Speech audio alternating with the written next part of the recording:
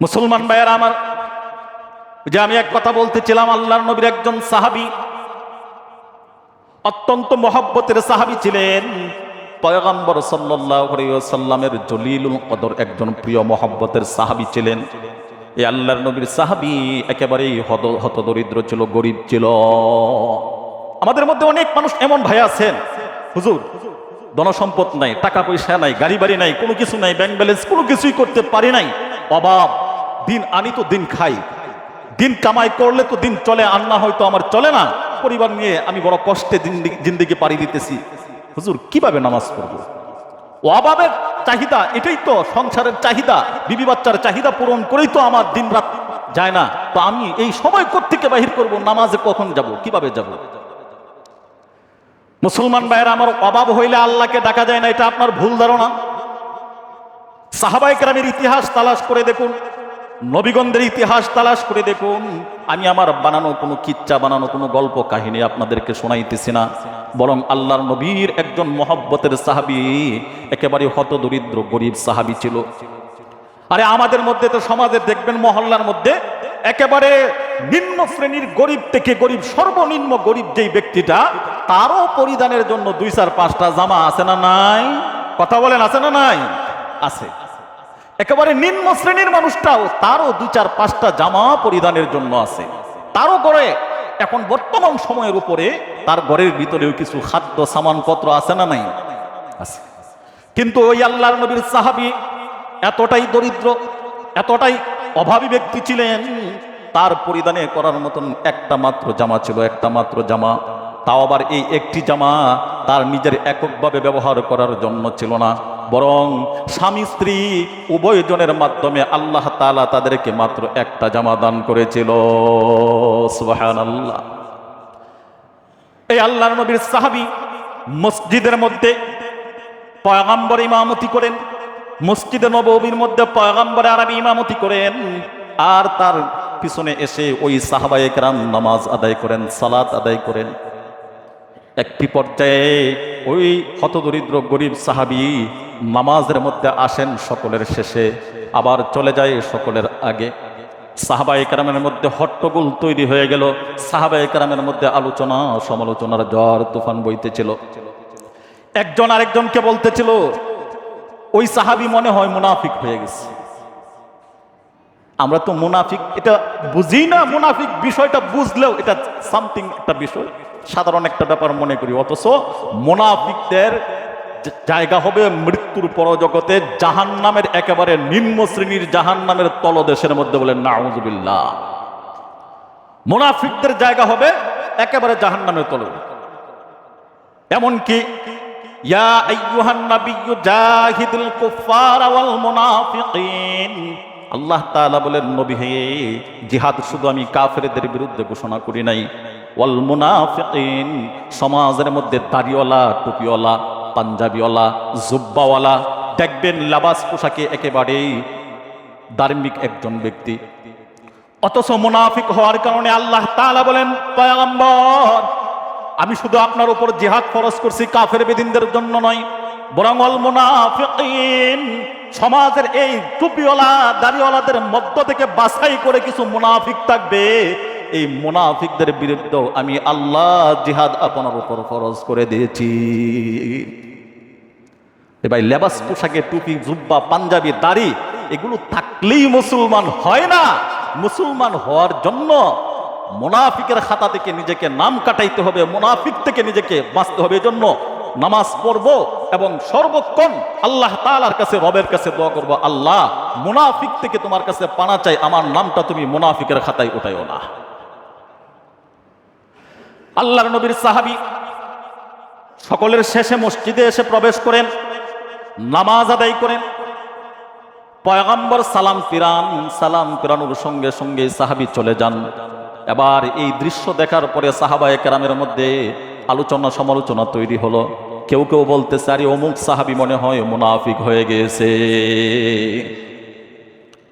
বেশ কিছুদিন অতিবাহিত হওয়ার পরে একজন আরেকজনে বলে, যাও হুজুরের কাছে বলো, পয়গম্বরের কাছে বলো, অমুক সাহাবী তো সে নামাজ এরকম করতেছে। একজন সাহাবী পয়গম্বরের কাছে গেলেন, গিয়ে বললেন, নবী হে, আপনার অমুক সাহাবী তো সে নামাজ শেষ করার সঙ্গে সঙ্গে মসজিদ থেকে চলে যায়। আপনি যখন সালাম ফিরিয়ে দেন সাথে সাথে আর সে মসজিদের মধ্যে বসতে চায় না। আপনি যখন তালিম করেন, আপনি যখন ওয়াজ করেন, নসিহত করেন, আমরা নামাজের শেষে সেই নসিহতগুলো, ওয়াজগুলো এবং তালিমে অংশগ্রহণ করি, আপনার কথাগুলো শুনেই কিন্তু ওই সাহাবী আপনার কথা শুনতে রাজি নয়, সে চলে যায়।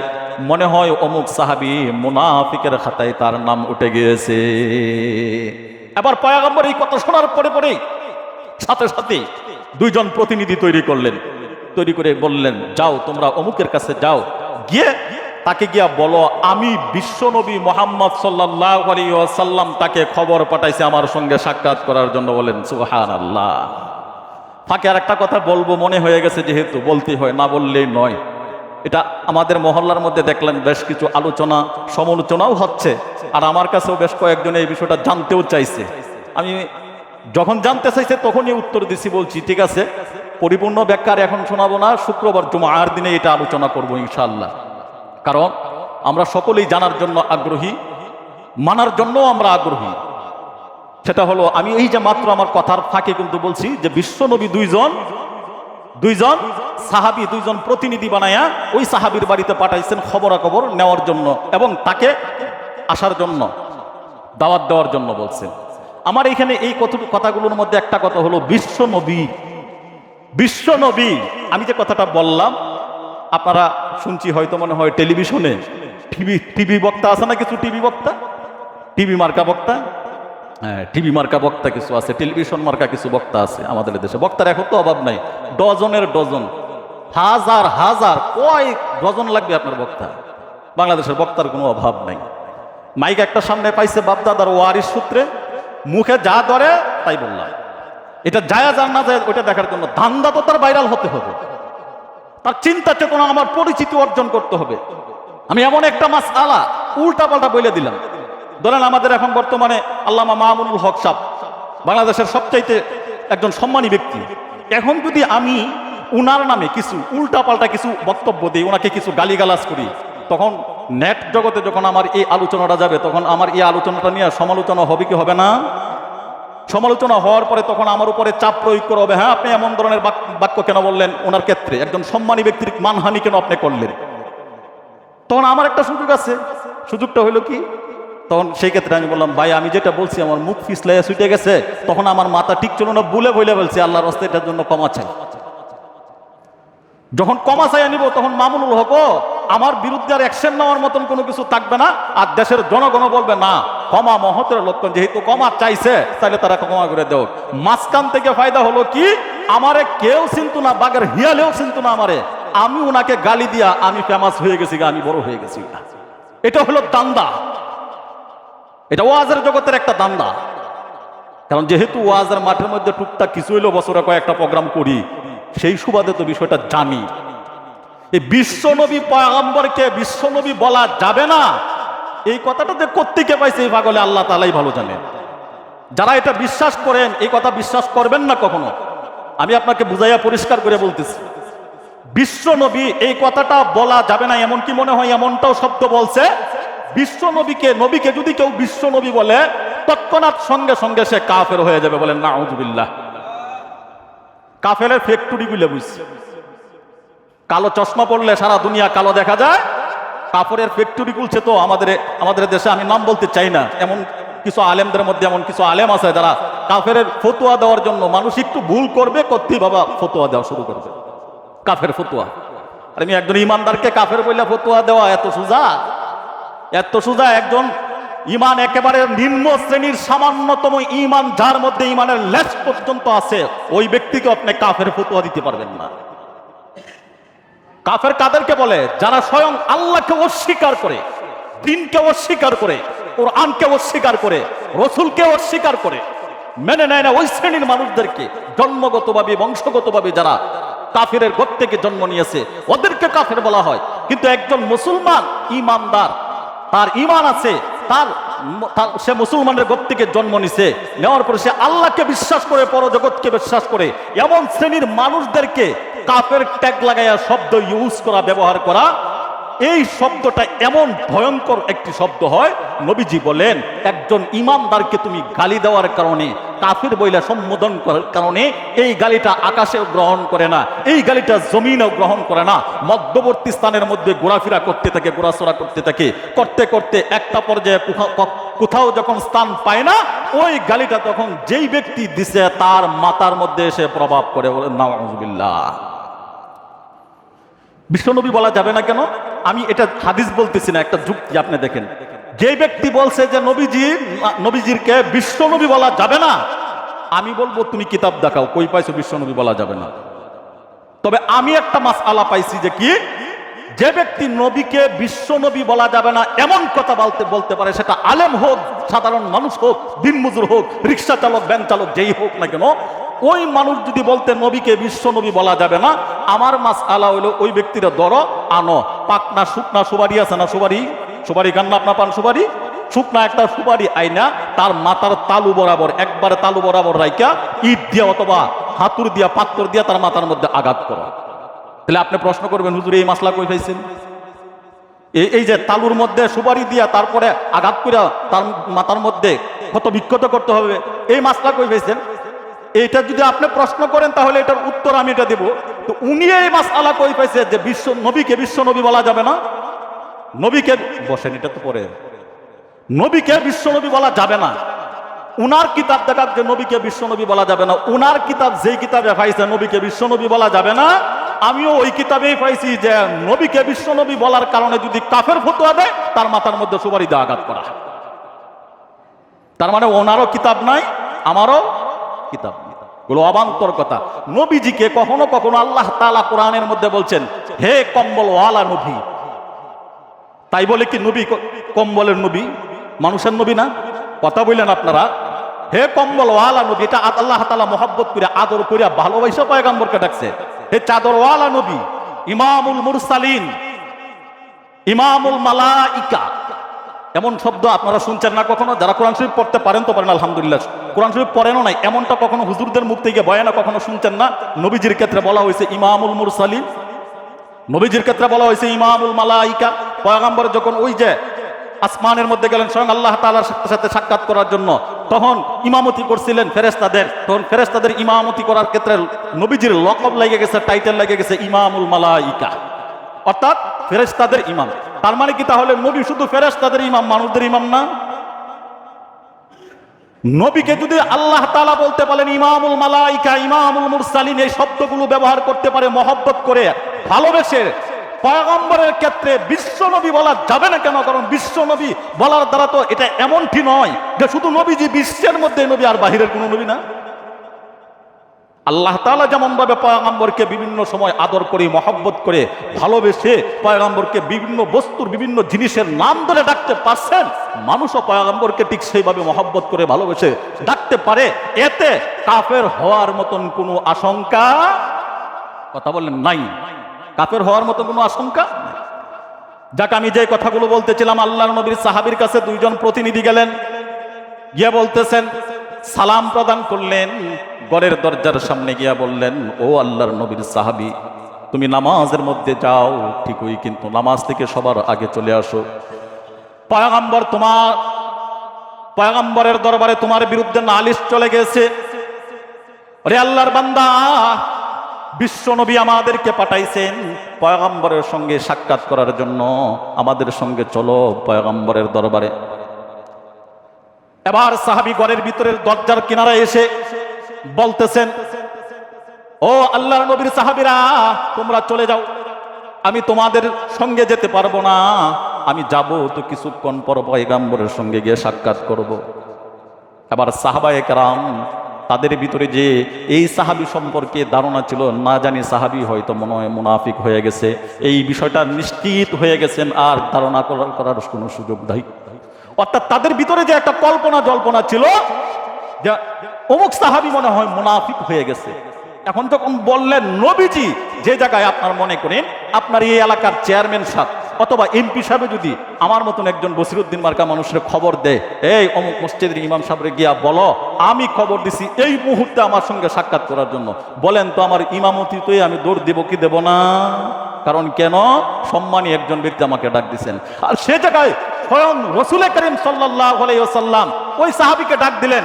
এবার সাহাবী বলে কি, যা বলো আমি এখন আসতে পারবো না, আমি কিছুক্ষণ পরে আসবো। এখন সাহাবায়ে কেরামের ভিতরে যে ধারণা ছিল, কৌতূহল ছিল, না জানি অমুক সাহাবী মুনাফিক হয়ে গেছে, এই ধারণাটা আরো শক্তিশালী হয়েছে কি হয়েছে না?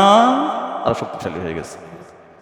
আবার পয়গম্বরের দরবারে গিয়া সাহাবায়ে কেরাম বলতেছেন, নবী হে, আমরা তো গেলাম, তাকে সালাম প্রদান করলাম, আসার জন্য বললাম, কিন্তু সে তো আমাদের এই কথার কোনো মূল্যায়ন করলো না। আপনার কথাও বললাম, আপনার কথাটা কেউ অ্যাকসেপ্ট করে নাই। সে বলছে যাও তোমরা, আমি কিছুক্ষণ পরে আসতেছি।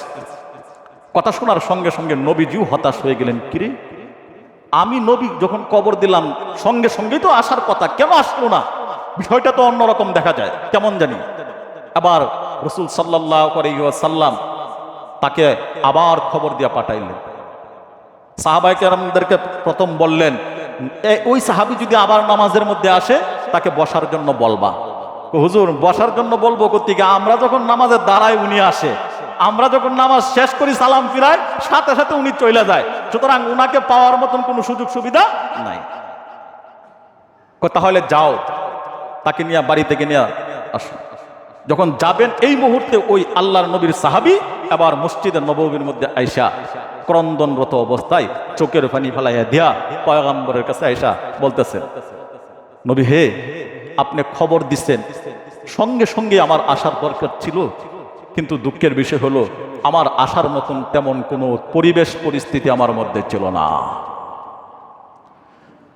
আল্লাহর নবী এবার সাহাবীকে ডাক দিয়ে বললেন, এরে সাহাবী, যে জায়গায় আমি তোমাকে খবর পাঠাইলাম সঙ্গে সঙ্গে আসার কথা ছিল, কিন্তু কি এমন পরিস্থিতি তৈরি হলো যার কারণে তুমি আমার সঙ্গে সাক্ষাৎ করতে পারো নাই? এবার ওই সাহাবী চোখের পানিগুলো টপ টপ করে জমিনের মধ্যে ছেড়ে দিয়ে কান্নায় ভেঙে পড়লেন। আর নবীজিকে বলতেছিলেন, নবী হে, আপনি যখন খবর দিছেন আসার কথা ছিল, কিন্তু আমি আসতে পারি নাই।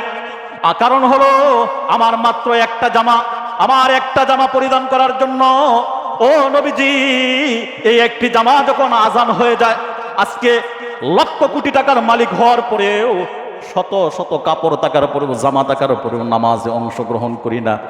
ও ইমানদার ভাইরা আমার, সাহাবায়ে কেরামের ইতিহাসের দিকে তালাশ করে দেখেন, গরিবী অবস্থা কখনো মানুষকে ইবাদত থেকে ফিরাইতে পারে না। অভাব অনটন কখনো মানুষকে আল্লাহর গোলামি থেকে বিমুখ করতে পারে না। অভাবগ্রস্ত ব্যক্তিও যদি মন ঠিক থাকে, দিল ঠিক থাকে, অভাবগ্রস্ত ব্যক্তির ইবাদতটা ধনীর ইবাদতের চাইতে আল্লাহর কাছে আরো বেশি দামি হয়ে থাকে। আল্লাহর নবী সাহাবী আবার ক্রন্দনরত অবস্থায় কান্নায় ভেঙে পড়লেন আর বলতেছেন, নবী গো, আমার একটা মাত্র কাপড় পরিধান করার জন্য পয়গম্বর আজান যখন হয় মসজিদের মধ্যে আসি নামাজ পড়ার জন্য, নামাজ শেষ করে আসি সকলের শেষে, আবার নামাজ শেষ হওয়ার সঙ্গে সঙ্গে সকলের আগে আবার নামাজ থেকে ফারেক হয়ে চলে যায়। কেন কেন জানেন পয়গম্বর? এই একটা কাপড় পরিধান শুধু আমার একা নয়, একটা কাপড় কি আমার বিবি এবং আমি, আমরা উভয় জনে মিলে আল্লাহ তাআলা মাত্র একটি কাপড় পরিধানের জন্য আমাদেরকে দান করেছে। সাহাবী ডাক দিয়া বলেন, নবীজি, নামাজ শেষ করে আমি যখন দৌড় শুরু করি, কারণ কেননা নামাজের ওয়াক্ত চলে যাবে, আমি দৌড়াইয়া বাড়িতে চলে যাই। আমি আমার ঘরের ভিতরে এমন ভাবে একটি গর্ত করেছি, অনেক গভীর করে একটি গর্ত করেছি, সেই গর্তের ভিতরে আমার বিবিকে প্রবেশ করাইয়া রাখি, ঢুকাইয়া রাখি। আজান যখন পড়ে যায় আমাকে তো মসজিদে এসে জামাতের সঙ্গে নামাজ আদায় করতে হবে, আমাকে তো জামাতের সঙ্গে নামাজ আদায় করতে হবে, আল্লাহর ঘরে এসে হাজিরা দিতে হবে। এই চিন্তায় আমাকে ঘরের ভিতরে থাকতে দেয় না, আমি দৌড় শুরু করি মসজিদের মধ্যে এসে নামাজ আদায় করার জন্য। আল্লাহর নবীর সাহাবীকে লক্ষ্য করে আবার সাহাবী বলতেছেন নবীকে লক্ষ্য করে, পয়গম্বর, আমি আমার এই কাপড়টাকে পরিধান করে আমার বিবিকে উলঙ্গ অবস্থায় রেখে ওই ঘরের গর্তের ভিতরে প্রবেশ করায় আমি চলে আসি মসজিদে জামাতে অংশগ্রহণ করার জন্য। বলেন সুবহানাল্লাহ। আর আমার যখন জামাত শেষ হয়ে যায়, জামাত শেষ হওয়ার সঙ্গে সঙ্গে আমি দৌড় শুরু করি বাড়ির দিকে। ঘরের ভিতরে গিয়ে, বাড়িতে গিয়া আমার এই কাপড়টাকে খুলে আমি গর্তের ভিতরে প্রবেশ করি, আর এই কাপড়টাকে আমার বিবির পরিধানের জন্য দেই। বিবি এই কাপড়টা পরিধান করে ঘরের ভিতরে নামাজ আদায় করে। কথা শোনার সঙ্গে সঙ্গে এবার নবীজির চোখ থেকে অজরে পানি পড়তে শুরু করলো, সাহাবায়ে কেরামও পানি পড়তে শুরু করলো। সাহাবায়ে কেরাম ধারণা করেছিল ওই সাহাবী মনে হয় মুনাফিক হয়ে গিয়েছে। ও মুসলমান, পয়গম্বরের জবানের বাণী হলো। অন্য এক হাদিসের মধ্যে আল্লাহর নবী বলেন, কাফা বিল মারই কাযিবান আন ইউহাদ্দিসা বিকুল্লি মা সামিআ। নবীজি বলেন, কোনো একটি কথা শোনার পরে এই কথাটাকে তোমরা প্রচার করো না। কোনো একটি বিষয় দেখার পর, শোনার পরে এই বিষয়টাকে প্রচার করো না। কারণ কেন?